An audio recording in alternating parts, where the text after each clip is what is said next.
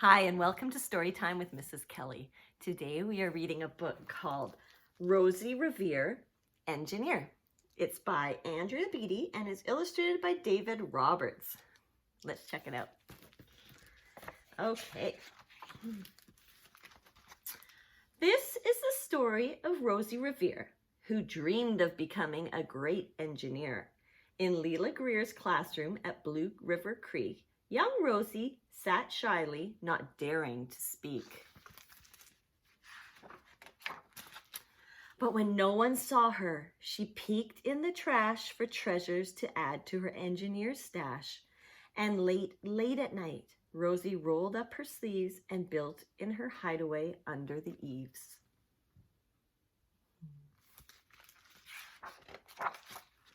Alone in her attic, the moon high above, dear Rosie made gadgets and gizmos she loved. And when she grew sleepy, she hid her machines far under the bed where they'd never be seen. Wow, look at all that.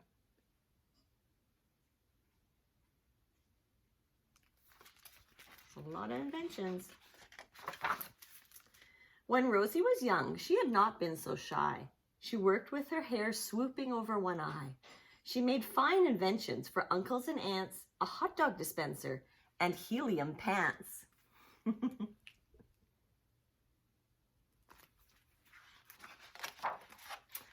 The uncle she loved most was zookeeper Fred.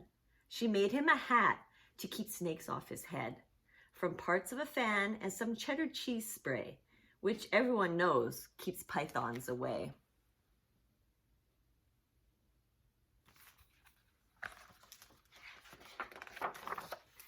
And when it was finished, young Rosie was proud, but Fred slapped his knee and chuckled out loud.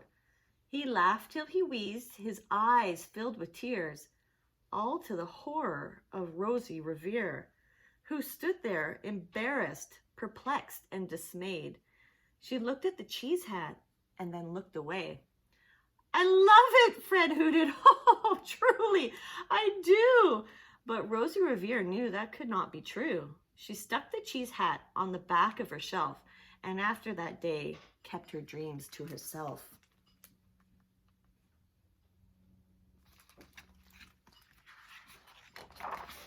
And that's how it went until one autumn day, her oldest relation showed up for a stay. Her great-great-aunt Rose was a true dynamo who'd worked building airplanes a long time ago.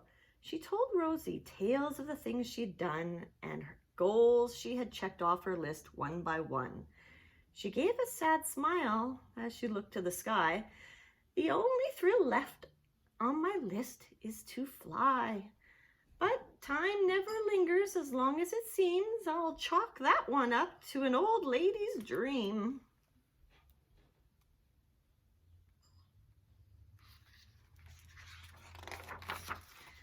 That night, as Rosie lay wide-eyed in bed, a daring idea crept into her head.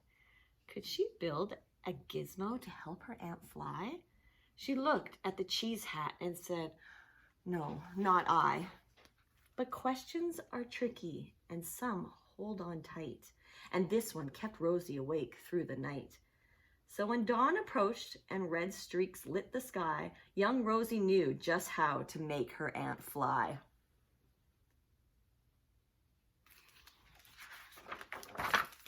She worked and she worked till day was half gone, then hauled her cheese copter out onto the lawn to give her invention a test just to see the ridiculous flop it might turn out to be.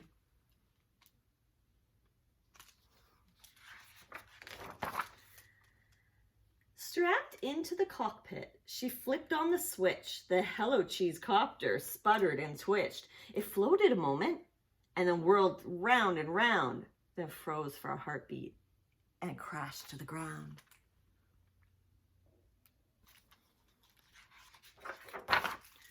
Then Rosie heard laughter and turned round to see the old woman was laughing and slapping her knee. She laughed till she wheezed, her eyes filled with tears, all to the horror of Rosie Revere, who thought, "Oh no, never, not ever again will I try build something to sputter or spin or build with a lever or a switch or a gear. and never will I be a great engineer.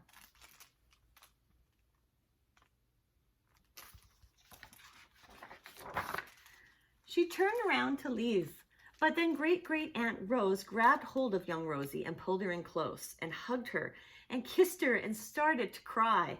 You did it! Hooray! It's the perfect first try. This great flop is over. It's time for the next.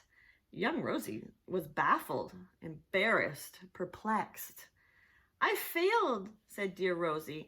It's just made of trash. Didn't you see it? The cheese copter crashed. Yes, said her great aunt. It crashed, that is true.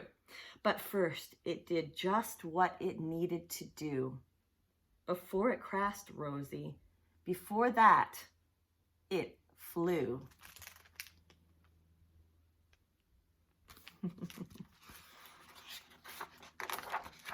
Your brilliant first flop was a raging success. Come on, let's get busy and on to the next. She handed a notebook to Rosie Revere, who smiled at her aunt as it all became clear.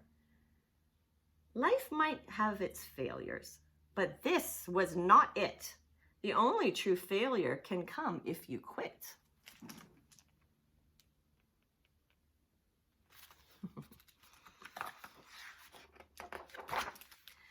They worked till the sun sneaked away to its bed. Aunt Rose tied her headscarf around Rosie's head and sent her to sleep with a smile ear to ear to dream the bold dreams of a great engineer.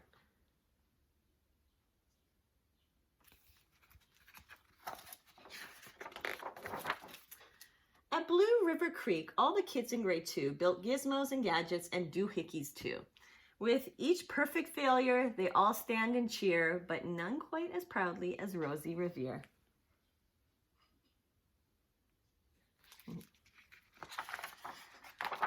Oh, that's it. That's great. Oh, lots of stuff in there.